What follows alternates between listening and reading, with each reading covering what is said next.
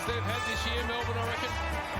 6 of 7 goals kicked by GWS. They were looking like they were going to be put to the sword, and they just responded so impressively. Young Trent Rivers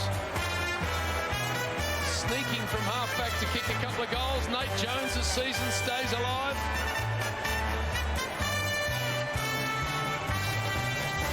A couple of beauties from Oscar Baker early. It's the emblem for me and for you. It's the emblem of the team we love, the team of the red and the blue. Every heart beats true for the red and the blue. Let's get to Abby. We sing this song to you. Yes, guys, you can see the Melbourne boys very proud of you out here, Trent. Congratulations. How do you feel kicking the sealer and keeping your season alive? It's awesome. I mean, it's a full team effort. Yeah.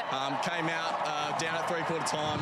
Saul came out, played our role, and we got the result in the end, so it's awesome. And you've debuted earlier this year. 2020, as we know, has been a really tricky time for everyone, but you really seem to be enjoying your footy. What have you made of your first year of senior AFL? Oh, I'm loving it, and the older boys just been getting around us and teaching us, like, all the spoiling and stuff. Like, my defensive game's probably not the best, but I've had great guys around me, great coaches, and I've been able to improve that. But we did just see a sensational spoil for you late in that game, but I know a fair bit has to go right for the D's in terms of making the 8 and really firming up a top 8 finish. But how much belief does this group have that you can actually make the finals and, you know, perform well? We come out every week thinking we're going to be able to play finals. Yeah, we've got to have a few results go our way, but we come out here, we all do what we need to do, and if we go home with 2 wins, then, you know, we finish the season on a high.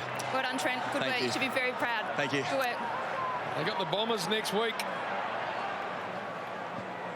And if they can get over that hurdle, Richo, you never know. You never know. The Giants play St Kilda next week. There's a lot hinging on that game as well, which will help Melbourne out, but their percentage is pretty strong, which has them in good shape if they can tick off next week and get up to that 9-win mark. Down to you, Abby.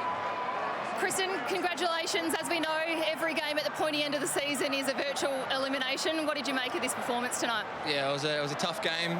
We're both eyeing off a spot in the finals, so to get that win against a quality opposition, yeah, it's a special feeling, and it's been frustrating for our fans, you know, frustrating for us as a club, but, you know, we stuck by it tonight, and, you know, we grinded to win out. Both yourself and Oliver, obviously sensational in the middle, but I thought your defenders were brilliant tonight. May and Lever, they just really seem to be building on that connection every single week. Yeah, they are, and it's probably their first full season of playing together. You know, people don't realise it does take a lot of time to adjust, and you know, Maisie was out with a hamstring issue last year, and Snake's just coming back from an ACL, you know, a couple of years ago. So it does take time, and you know, it's not just the defenders. We've got to help them out too. I think our defensive running the last couple of weeks has been pretty poor, to be honest, as midfielders and for high forwards. So to get the, you know, I guess to get a good win against quality opposition is awesome. And Goody coaching from, you know, downstairs in that final term, very emotional at that final siren. How much does it mean to him, obviously, for you guys to have a really strong performance following what happened in Cairns? Oh, well, it means a lot. I mean, we want to play finals, you know. Goody's been coaching his ass off. We've all been, you know, trying as hard as we can. And it's frustrating that the wins haven't been getting on the board, but, you know, I can assure you that to our fans, we've been doing everything we can to get a win and play finals. And, you know, it's frustrating for us as well, but, you know, it's a step in the right direction, and hopefully, you know, wins or losses come our way. So, yeah. Well done tonight. Great work. Thank you. Thanks, Ed. 19 contested possessions. Yeah. That man. He's a special player, isn't he? He can do it every way. Christian Petrarca, now what a season he's having. They'll get up tomorrow, they'll recover, and I reckon they'll be having a pretty close look at the Dogs v Hawthorn tomorrow, because if the Dogs win, they'll slip back out of the 8, Melbourne. But they're in there tonight, and that's all they can do.